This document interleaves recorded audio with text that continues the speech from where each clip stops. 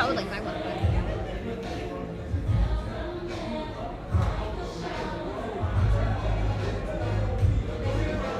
Go to.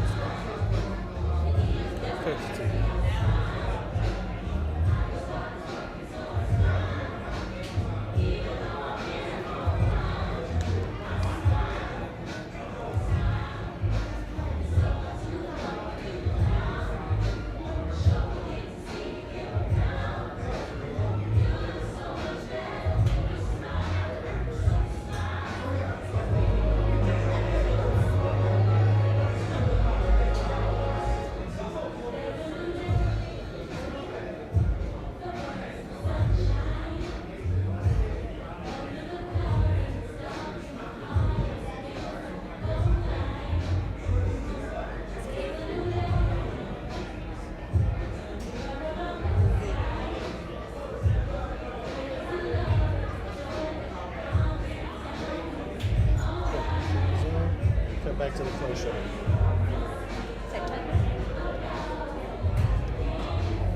Logo isn't showing.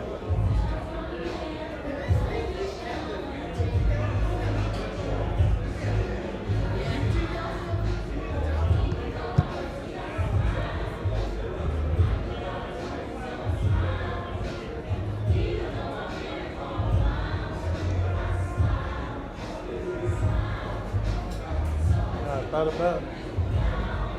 I feel like I should change the battery right now.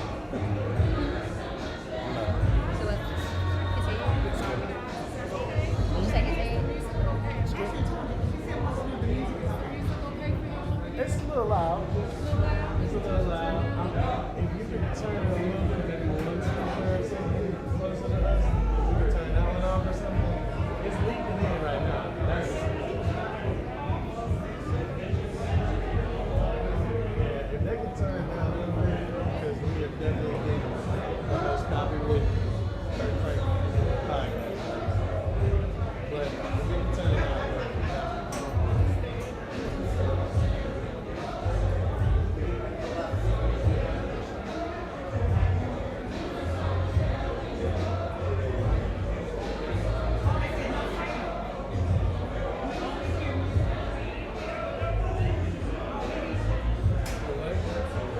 Can you come back here? they can't hear. Everybody said they can't hear them. Okay. Yeah, the music is too loud. All I hear is outside. Yeah. Yeah, listen, I can hear. You said you can hear him? No, all I hear is outside. They can't hear his audio. Okay. Can I hear? Okay.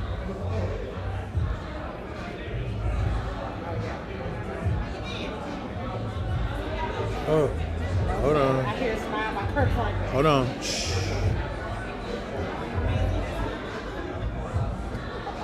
Tell the terrorists to stop. Tell him. Hold on. Hold on. Can you, 2 seconds. They're going to turn it off. They're going to turn it down.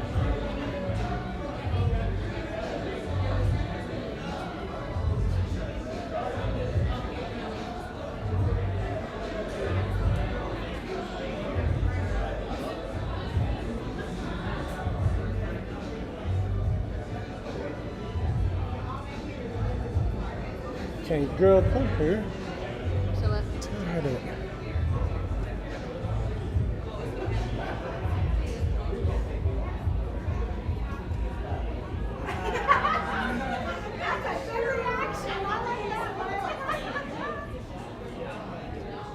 Okay. Okay. Now the music is Yeah, off. we See just if you can changed it say- now. Well, I just hear like. Hold on. That's all I'm hearing. So the terrorists, maybe if you talk, they can hear.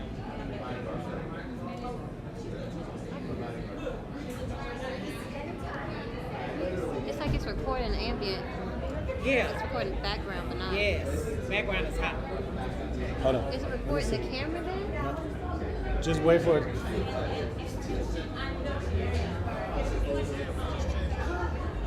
See, they can. Like you, I hear.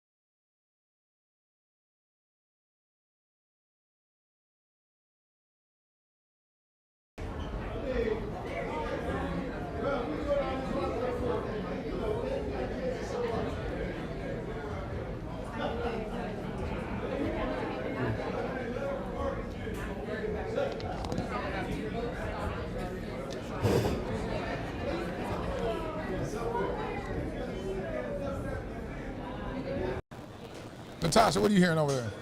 It's crazy. What are you hearing? You just walk.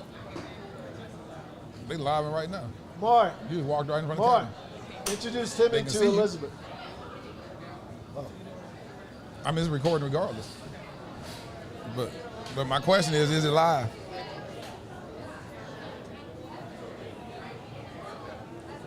They said the sound is back. Let's see. So you can hear the guest, but you can't hear me. So can y'all hear me on this microphone? They say they hear it now.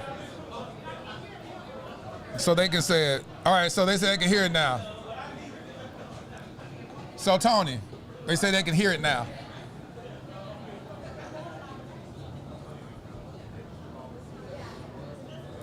So we good, y'all can hear it. All right, so all y'all can hear it. All right, so they say they can hear everything. Tony.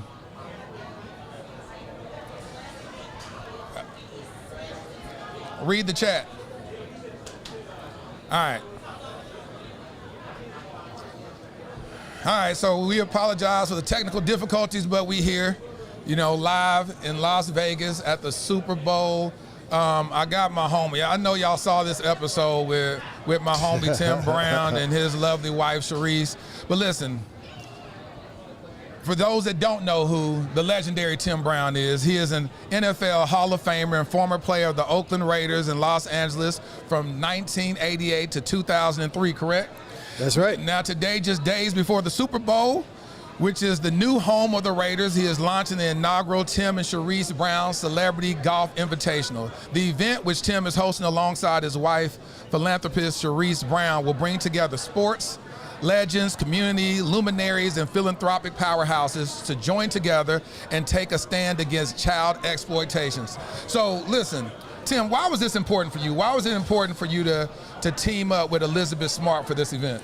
Well, first of all, when I saw her at a golf tournament a couple of years ago, I mean, her story is probably one of the more heart-wrenching stories you ever hear. Thankfully, she was alive, so that was the very good news about it. But to hear about what she went through and all that, the details it was really hard to even understand how somebody could survive that from a mental standpoint. But here she was standing on the tee box, looking as great as ever, knowing that she's married and have a couple kids herself now. People think that she may be totally over the deal, but obviously there are lasting effects of what happened to her. So, so we interacted, and her name wasn't on the event, so I was shocked to see her there. So when I asked her why she did, she said, well, this is my foundation. I was like, well, I think if you put your name on something, people will come, from around the country to help you out. And then I asked her about, if she knew what the #1 sex trafficking weekend was, and she said she didn't know. And I told her it was NFL, the Super Bowl weekend. And so from that, I said, you probably should think about, partnering with the NFL on something, And so a couple weeks later, they called and said, well, she'll do something, but only if you're involved, So, and that's how we got here. But, what ended up happening was because of what Sharice, and that story, Right. went through. She sort of opened a door for us that we hadn't thought about it. That is, what happened to Sharice is probably more prevalent than what happened to her. And our minds were like blown over that. And it was like, wow. So that's how Sharice became such an integral part of this. And, we just wanted to get the word out, just expose, just put the light on it, whatever you could possibly do to let people know what's going on. Something interesting, the conversation, the episode that I had with you, inspired me in April. April is Sexual Awareness Month, right? Mm-hmm. And so what I decided to do was create a free program to help educate men on how to handle the hearts of a woman that have dealt with sexual assault. They say 1 in 5, and sometimes that's debatable, and they say 1 in 3 women have experienced sexual assault of some sort.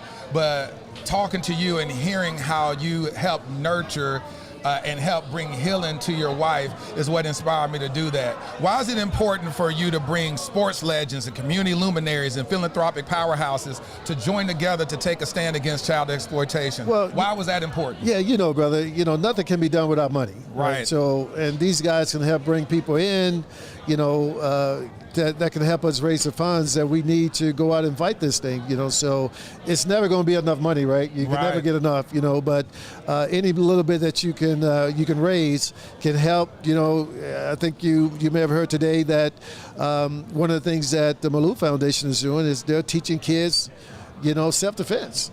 Because you never know.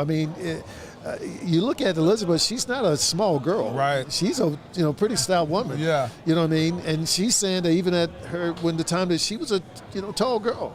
And maybe if she would have known something, maybe there was something that she could have done early on. Right.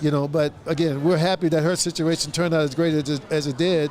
But we know that a lot of those situations don't turn out that right. well. So, my sister years ago when she was doing some police work, detective work, or whatever it was, one of the things they taught her was, don't ever go with your attacker.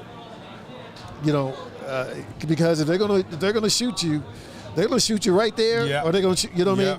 But fight for your life right there, that moment, because that may be your only chance. So I think what the Malou Foundation is doing is incredible, and what obviously Elizabeth is doing is incredible also. Your organization presented the Elizabeth Smart Foundation with a check of $25,000. I love it when people put their money where their mouth is, and even when you begin to give it to her, you say, hey, I don't want y'all trying to say like, well, this ain't enough, or, you could have done more. And I love what you said as a disclaimer, but any money, and that's why I always want to make sure that people, if you're donating $5, $20, $30, you're actually making an investment and a difference of saying that, listen, I value what you are doing. So why was that important, and why did you give that disclaimer about, presenting somebody with a $25,000 check? That's serious money. Well, we're around black folks, man. We're around our people. You know how our people are.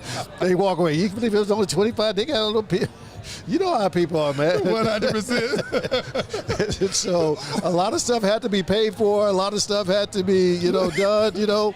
All this wasn't free. You know what I mean? 100%. So anyway, I was really trying to be funny, but at the same time, I wanted to stamp that thing in the bud, because somebody gonna be saying it. So that's how they did. But anyway, we'll do better. We'll be able to get more. We had some people who say, oh, we didn't know, and we called the people. You forget. It's like, dang, how did I forget about them? But our goal next year is to be at 100,000. Good. And the bill from there. You made a comment, and I want to touch on it. You said Super Bowl being the highest week for sex trafficking, and people in the NFL don't want to talk about it. Don't want to talk about it, yeah. Talk about it here on Dear Future Wifey podcast. Why do you think that is the most impactful week for those statistics to be at an all-time high? Well, you got people coming from all around the country, man. Vegas is a high number place anyway, because it's Vegas, right? Right. But you bring in the Super Bowl. They're saying that over 300,000 people are coming in town, for this event, and the place only sits 65,000 or whatever, but you got 300,000 people coming in, and unfortunately, it only takes 1,000 people, 500 people, 100 people, you get 100 girls here who have been sex trafficked. That's a lot, you know what I mean? And it may not be a big number in that 300,000, but when you think about the lives of these girls, last year, I won't say the name of the hotel, very prominent hotel, the number one hotel for the NFL last year. I'm standing outside about 7:30 in the morning, waiting to go play golf. A group of 7 or 8 girls come out. They're dressed like it's 9 o'clock at night, not 7:30 in the morning. And the thing that really caught my eye was none of the girls had purses or cell phone. And they were with an older black woman. See, that's good. I want to know, how can we identify, and you just hit the nail on the head. When would you ever see a woman walking around without a purse or cell phone? With a purse or cell phone? Yeah. And these look like younger, they didn't look like they were teenagers, but they looked like they were younger. Young 20s. Yeah, you know what I mean? And it was just like, wait a minute, what am I watching here? What am I seeing? You know, and you know, just like that, they're gone. They're in the car. They're in a big SUV, and they're gone. You know what I mean? And it happens just that quickly. That was coming out of the NFL #1 hotel, you know, on a Tuesday morning or whatever it was. So, look, I mean, they're getting to the point now where they're not even trying to hide it At all. You know, they're not waiting to the cover at night. Yeah. You know what I mean? So, and until somebody really does something about it, then, you know, it's going to keep growing. And I think we've got to get the NFL to at least turn on the light to try and, you know, what'd you say? You know, we all grew up, brother, with little bugs. Yeah. We turn them lights on, the bugs don't scare. That's what we want to have happen here. So, Tim Brown, what can we do to help you do a better job at connecting? Well, actually, to even support your endeavors, what can we do to help this event and other events that you decide to do in the future? Yeah, you know, I think I got hotrodconnect.com, you know, at gmail.com, I think it is. But I'll get you that correct information. But I think that's, you know, if you want more information, if you want to know about how to donate or whatever, because this is going to be a year-to-year thing for us. And it's going to be all year. It's not just going to be Super Bowl week. Good. We're going to be doing programs and doing things, getting involved as much as we possibly can around Dallas and around the country. I do so much flying around the country that I could literally, you know, be in multiple cities, you know, talking about this. So I just think it's something that has to be talked about more. It has to be on the NFL's radar. It has to be on the people that really matter. Elizabeth can talk until she's blue in the face. So, you know, it'd take a lot longer for me to do that till I get blue in the face. You know, we can, but we need those powers that be, man, to really step up and make this thing happen. Good. Well, thank you so much for taking the time, man. Anytime for you, brother. You know that. Man, absolutely. Man, you know I love you. I Yes, love how you love your wife, man. It's inspiring, and just keep doing what you're doing, man. I appreciate you, brother. Really Thank do. you, King. Thank Appreciate you. All right. Appreciate you. Now we have the woman of the hour about to come up. Man, listen, enlightening statistics, enlightening. I love what Tim Brown is doing. Tim and Sharice Brown are doing. Have a seat, Queen. How you doing? I'm doing well. How are you? Let's see if we get this microphone. Is it where you need? All right. All right, good. Hi. So is this face recognizable to y'all? I know it was everywhere. You saw this. And this was over 20 years ago. When you look back at that, now, for some of you that don't know Elizabeth Smart's story, it was one of the most followed child abduction cases of our time. She was abducted from her home at the age of 14 on June the 5th, 2002. And for 9 months, her captors controlled her by threatening to kill her and her family if she tried to escape. She was rescued on March the 12th, 2003, when an observant and courageous bystander took action by alerting the police. As a result of her experience, Elizabeth started the Elizabeth Smart Foundation to bring hope and end victimization and exploitation of sexual assault through education, healing, and advocacy. Through their work, they continue to inspire hope for families, peace for victims, and empowerment for all. She also has a podcast. So, you know, I'm a podcaster, so I love what she's doing. She has an amazing podcast called Smart Talks. Welcome to the Dear Future Wifey podcast, and my new homie, Elizabeth Smart. How you doing? I'm doing great, thank you. Now, your story was one of the most followed child abduction cases of our time. For those in our audience who aren't familiar, just please share a little bit about your experience. Sure, yeah. So I was born and raised in Salt Lake City, Utah. I never thought anything bad could ever happen to me. I mean, like I was pretty nondescript. Like I was a pretty obedient child. Like I didn't ruffle feathers. I did what my parents told me. I did what my teachers told me. And I thought because I followed the rules, nothing would ever happen to me. It was right before I was going to graduate from junior high, the night before I was about to graduate, and I went to bed. I shared a bed with my little sister, and I went to sleep, and the next thing I remember was waking up to a knife being pressed against my neck and a man standing above me telling me to get up and to go with him. And in that moment, I didn't feel like I had a choice. I didn't feel like there was anything else I could do. I mean, of all the safety education I was taught, nobody told me what I should do if someone broke into my house in the middle of the night and kidnapped me. So I went with him. And then for the next 9 months, I was raped every day, multiple times. I was chained up. I was starved. Food and water was withheld from me. And eventually I was rescued during my captivity. My captors had taken me to Southern California because we wouldn't have survived a northern Utah winter. And I convinced my captors that the best thing for us to do would be to come back to Utah. And it was on that journey back to Utah. We were actually in Utah. We were actually in Salt Lake City. The first day we were back, when these bystanders who were paying attention saw us and called the police, that ultimately led to my rescue. So how did you convince them to return back to Utah? As a young girl, how did you control that conversation? Well, my captors had found, unfortunately, and this is horrific, but they found the best way to control people around them was by saying God commanded them to do it, by twisting and manipulating something that should be really beautiful and uplifting into something ugly. And so everything they did to me, they would do in the name of God. And I knew that was wrong because I'd always been raised, a person by their deeds. They're a good person if they're doing good things. There it is. And they were always hurting me, so I knew they were bad people. But I had listened to them talk this way for 9 months. God commanded us to do this. God commanded us to do that. And I know that's wrong. Nobody needs to tell me that's wrong. I know that's wrong. Absolutely. But I thought if it can work for them, maybe it can work for me just one time. And so I remember praying. I remember just being like, please let this work. And turning to them and saying, I feel like God wants us to go back to Utah. I know God wouldn't speak to me because I am sinful and I am wicked and I have so much to learn, but I know He'd speak to you. I know He'd tell you if we're supposed to go back.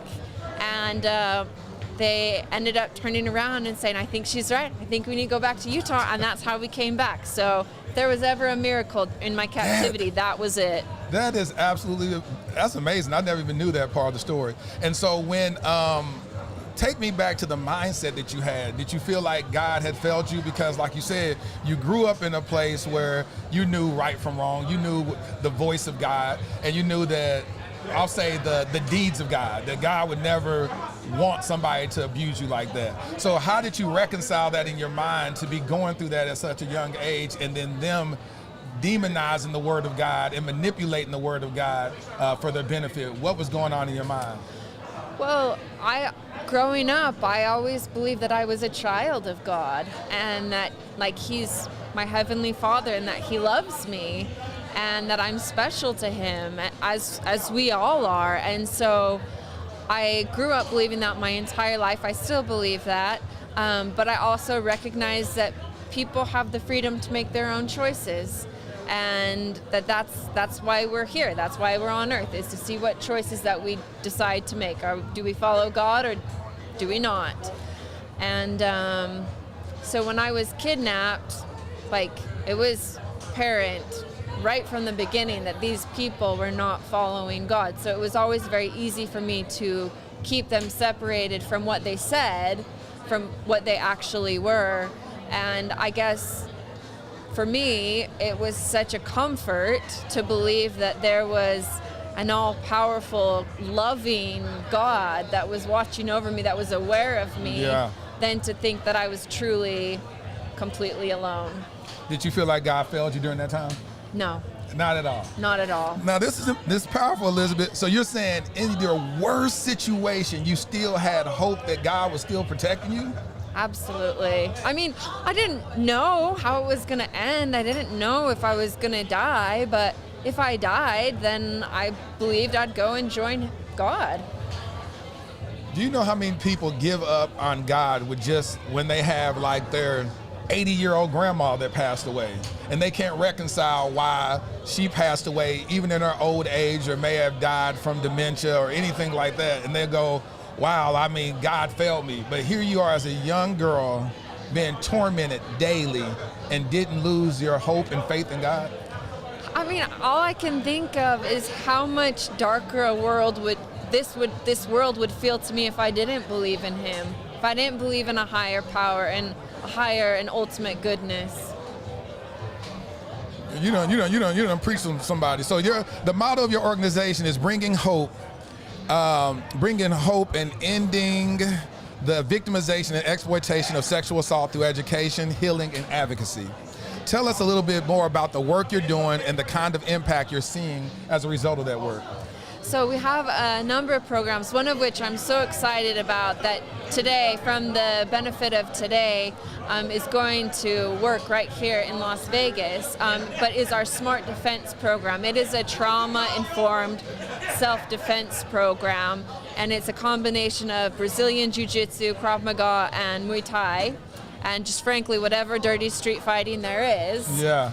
But it's all trauma informed, because it's really easy to think, well, if I was in that situation, I'd yell. If I was in that situation, I'd fight back. I'd kick them. I'd scream. I'd bite. It's easy to be like the backseat driver and be like, I do this or I do that. But the truth is, you never really know what you're going to do until you are in that situation. And if you're not practicing, then those tools might not be readily available to you.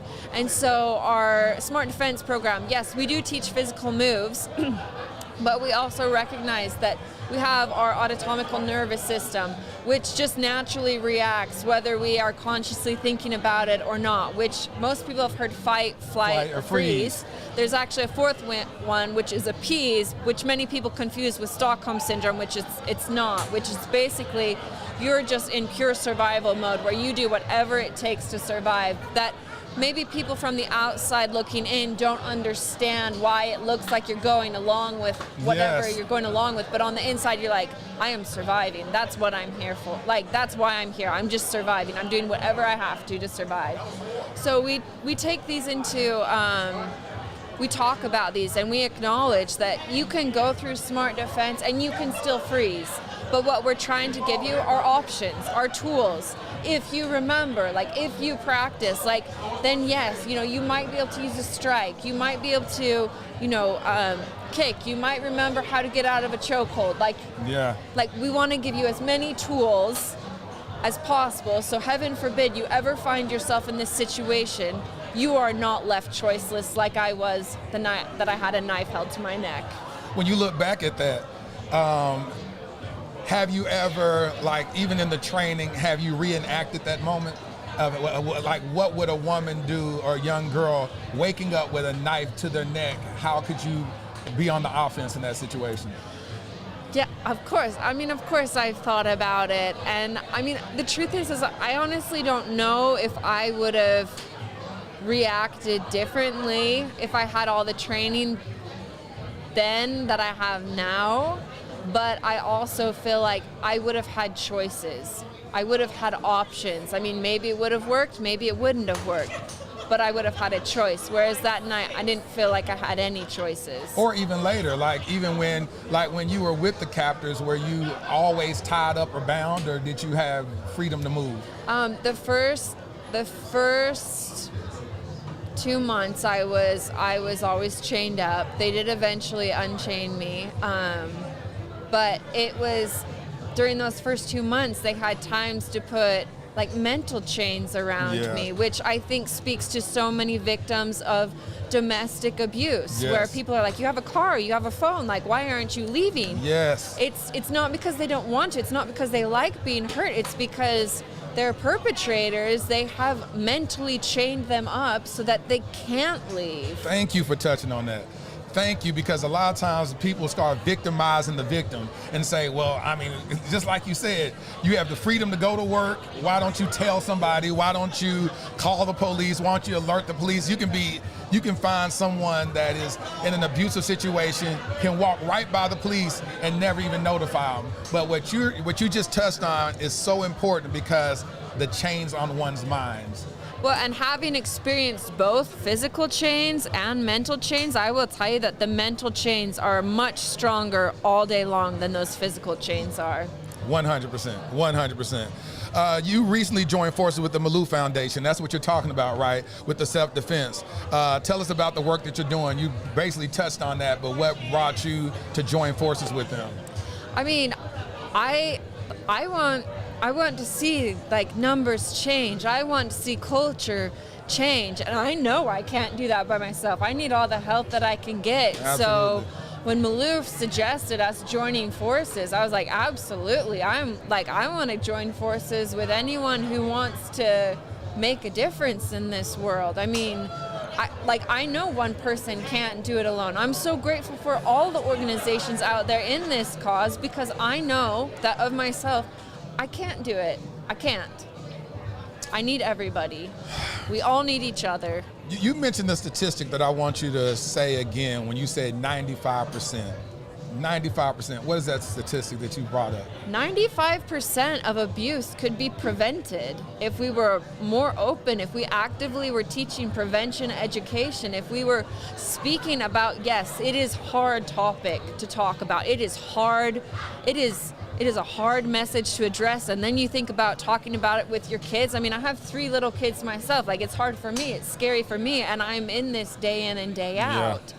But it is so important, because if we're building trust with our kids, if we're talking about it openly, if we're teaching them that they have boundaries that they should expect other people to respect, and when those boundaries are crossed, they know who to come to. I mean, the average person, the average child has to tell 5 separate people before they're believed if something happens. 5?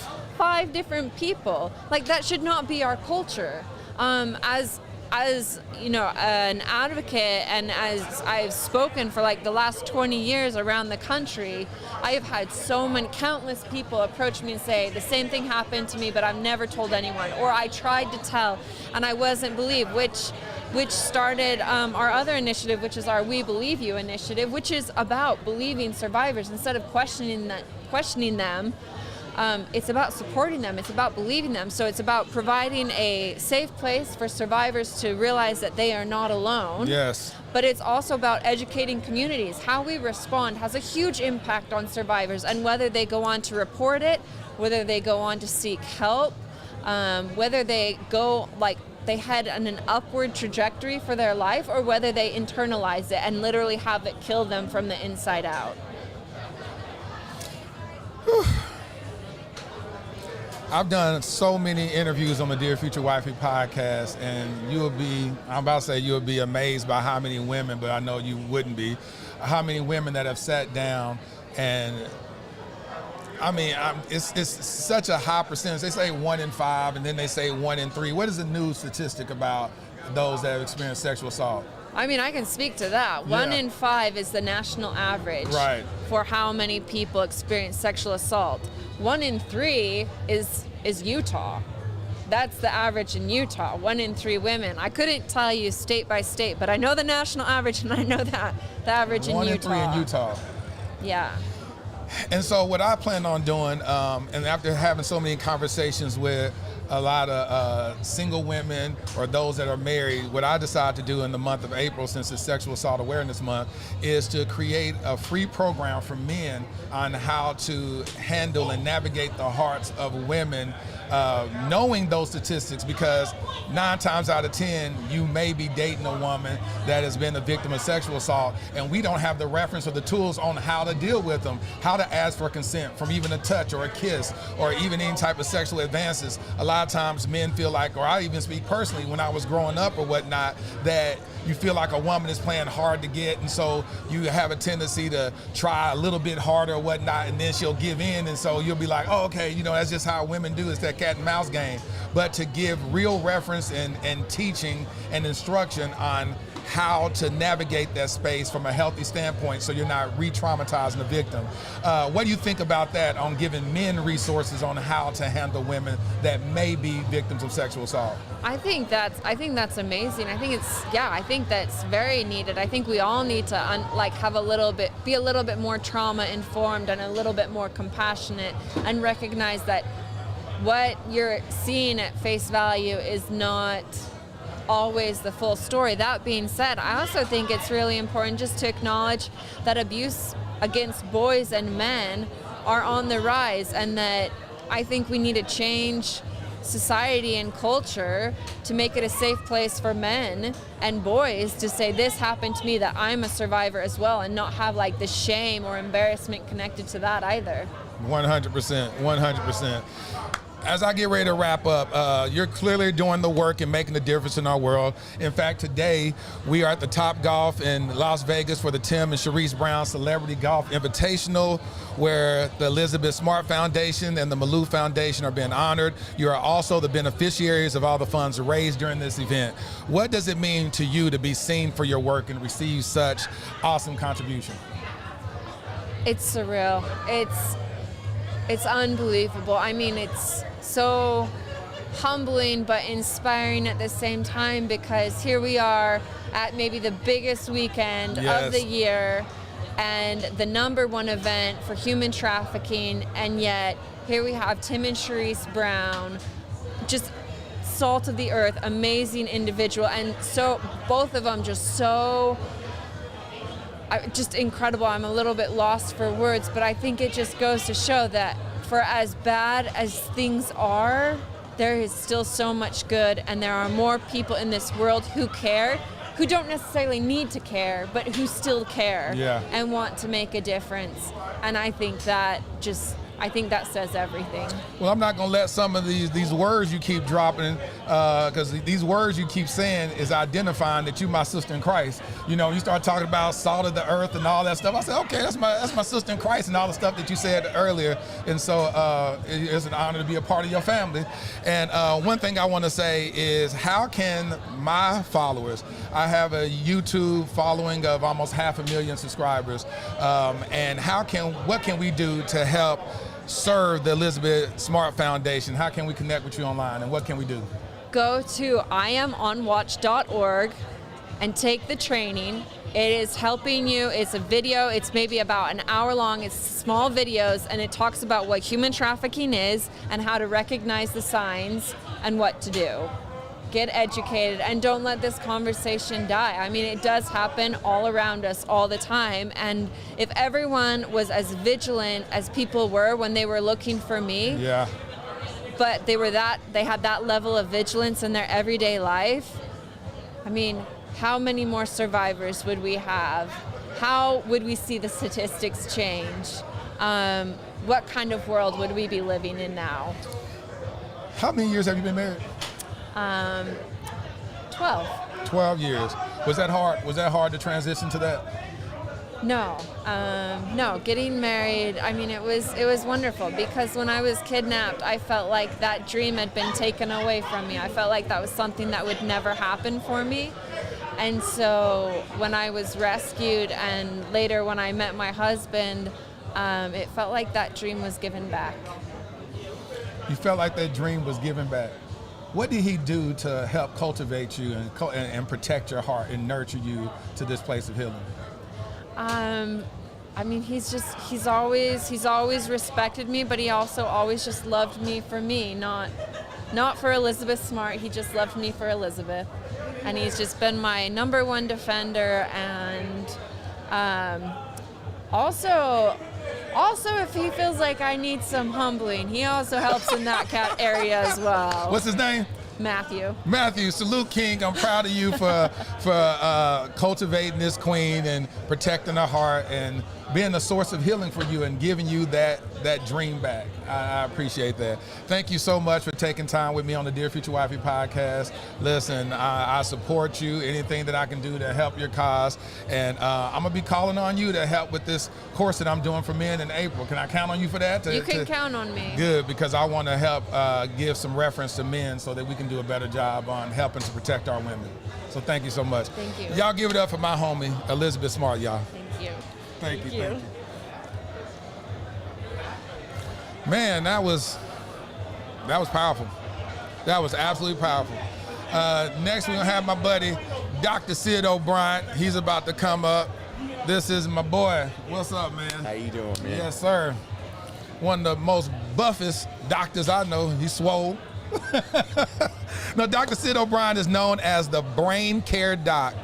He is a clinical psychologist and executive director of the Institute of Translational Research at the University of North Texas Health and Science Center at Fort Worth. He is also the lead investigator for the Health and Aging Brain Study, a study that I took part in, and y'all gonna see the video of my experience with that study, which is a $12 million study funded by the National Institute of Aging.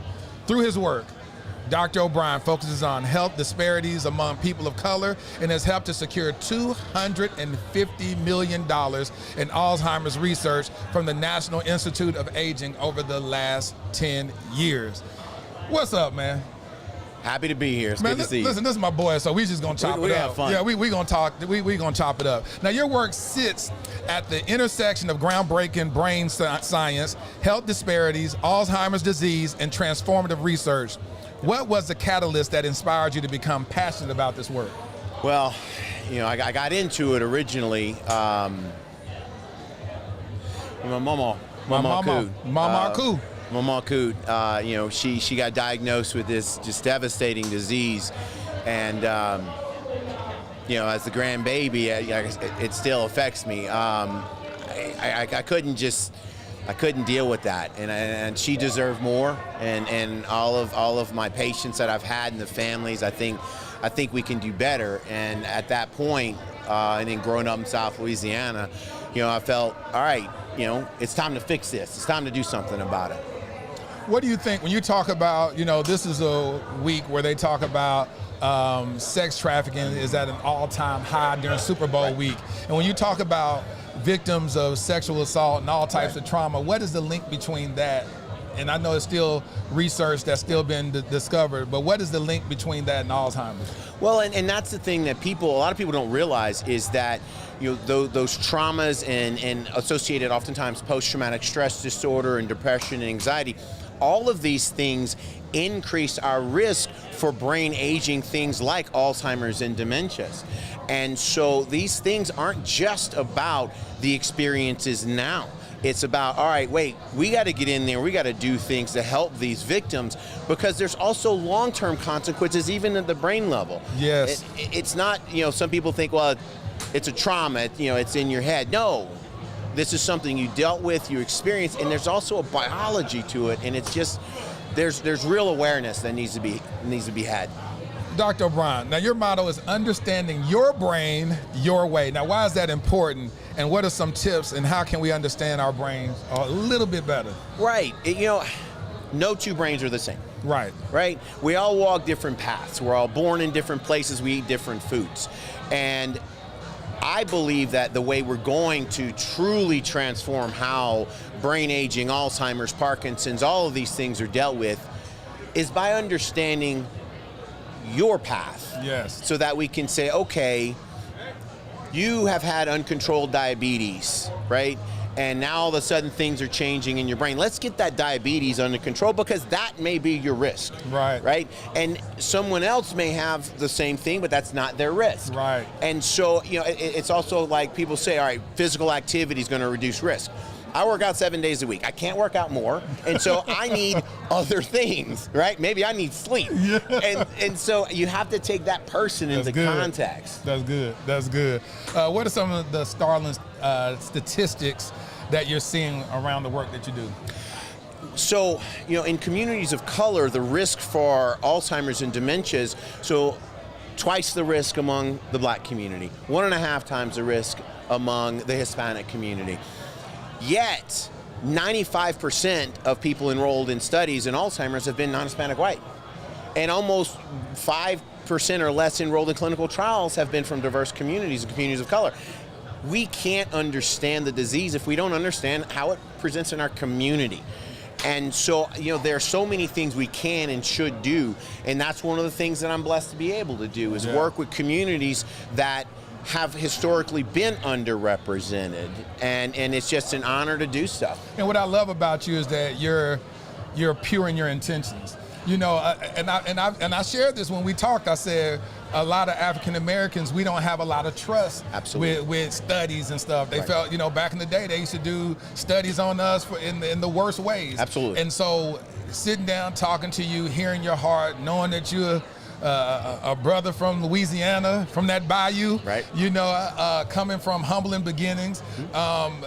I really got a chance to hear your heart, and I really got a chance to hear your pure intentions. And so in front of the world, I just want to tell you that I honor you for that. You know, Thank I you. admire you for being a man that is so intentional and has pure intentions. So much to the point, y'all, that he don't even like seeing his face all on these billboards and pop-up banners and all that. He like, he just cringes. He don't even like to see his own name. No. on apparel or whatnot. He's like, why is my name on all this stuff? You know, but it just speaks to how you don't want the spotlight on you. No. You want the spotlight on the disease. That's right, and it's about helping. It's about helping the communities. And, you know, some of my colleagues get upset when I say, you know, health inequities and health disparities, disproportionate access to resources, that is a cause from the medical and scientific community. We're responsible for this, and so it's our duty. It's what we're supposed to do, is get in the community and help. I mean, and that's been my only goal in life, is I just want to help. I want to help the community. I want to help patients. I don't want families to go through what I went through. And I view this as a personal failure when we are not getting in there and doing better than we are. And I refuse to continue failing my communities. Well, you're doing a great job on helping to thwart those statistics. But today we are at the Top Golf in Las Vegas for the inaugural Tim and Sharice Brown Celebrity Golf Invitation. I'm curious about two things. First, regarding today's beneficiaries, the Elizabeth Smart Foundation and the Malou Foundation, and their work in dealing with sexual assault and traumas. I'm curious to know, can trauma play a part in developing Alzheimer's? You talked about how it can. Have you done extensive research to see how that weighs into Alzheimer's? And so some recent work we've been doing, even in our own study, looking at stress, right? Chronic stress, depression. These things aren't just about you feeling an emotion. There's also a biological consequence. And we now have seen that even brain changes in individuals vary by communities that experience more stress and more trauma, because, you know, so there's been research in the past saying, well, you know, these stress and chronic stress may not really be related to Alzheimer's. Well, that's because studies of communities that don't suffer disproportionate burden of stress Are the ones taking the study. Exactly. And so that's some of the exciting things we're seeing now. Now, one of the things that's really cool that one of the junior scientists that we work with, what she's recently shown is that chronic stress is also, though, buffered by resources. And so if you live in chronic stress, but you've got that family support, then all of a sudden, wait a minute, you do better. Yes. Which gives me so much hope, because it means, hey, we can get in there and help. We can do something about that, right? Yes, yes, yes. All right, now my second question is, since this is an NFL event and the risk of multiple concussions coupled with the possible brain traumas and aging, have you seen how physical impact from sports can play a part in developing this disease? Absolutely. I mean, and there's research showing that head injuries can increase risk for, you know, CTE, Alzheimer's, and other things. And, you know, the thing that I want to say, especially to those athletes and those young men and women who are athletes, is, you know, what we need to do is figure out how to understand your risk, right? I don't believe in taking away from the community. You've got people who will say, well, you shouldn't do this. You know, well, let's just get rid of football. Seriously? How about we try and do the science to say, okay, now here's your risk. Let me figure out how to help you play in a manner that reduces your risk. That's good. Right? And so, yes, we have to protect our brains. We have to try and do what we can to protect our brains. And at the same time, as a scientist and as a healthcare provider, I view it as our responsibility to say, okay, how can we do the science to actually help you do what you love in a better way? Good, good. All right, Dr. Sid O'Brien, you know, I can talk to you all day, like chopping up with my friend, but how can people connect with you? Matter of fact, I can tell you straight up. One way is make sure you go to his Instagram and follow Dr. Sid O'Brien. S-I-D, well, Dr. D-R, S-I-D-O-B-R-Y-A-N-T, Dr. Sid O'Brien. What's another way they can connect with you? Can also connect through the Institute for Translational Research. You can find me there. You can go to the web page. There's even places you can click and sign up for the study and leave your name. And follow me on social media, and I'm happy to come give talks and spread awareness and try to help. That's good. So you'll show up at organizations, give talks, they book, whatever it is. I'd love to. Yeah. So listen, go ahead and book them to show up. Is it an expensive fee to get to Dr. Sid? Nope, not at all. Okay, he said not at all. I don't know what he calls expensive because Dr. Sid paid. But anyway, listen. Book him to come, show up, and speak at your event to bring awareness. He actually loves what he does. I do. And it's written all over his face every time I talk to him. And so, listen, thank you for stopping by on the Dear Future Wifey podcast. I did the study, and it's amazing. Still waiting on my results. But it was an amazing experience. It taught me to be very, very, like you said, it's my brain. Right. And so I need to know my brain. Right. And so I appreciate you for doing the groundwork for this research to help me learn my brain, which in turn is helping me understand me. Right. That's the secret battleground is our brain. Yep. And so we gotta make sure we protect that. Absolutely. Dr. Sid O'Brien, thank you so much for sitting and talking to me on the Dear Future Wifey podcast. Thanks for having me. Yeah, I appreciate y'all. Hey, y'all give it up for my boy, Dr. Sid O'Brien, y'all. Thanks for having me. Now listen, we've been having an amazing talk here live in Las Vegas during the Super Bowl weekend. And thank y'all for tuning in. Listen, I understand we had some little minor technical difficulties, but we made it, y'all. And so thank y'all for tuning in. Thank y'all for watching. And make sure that you subscribe to Dear Future Wifey podcast. Go ahead and like this video. And we'll be in touch. God bless y'all. And don't stop loving.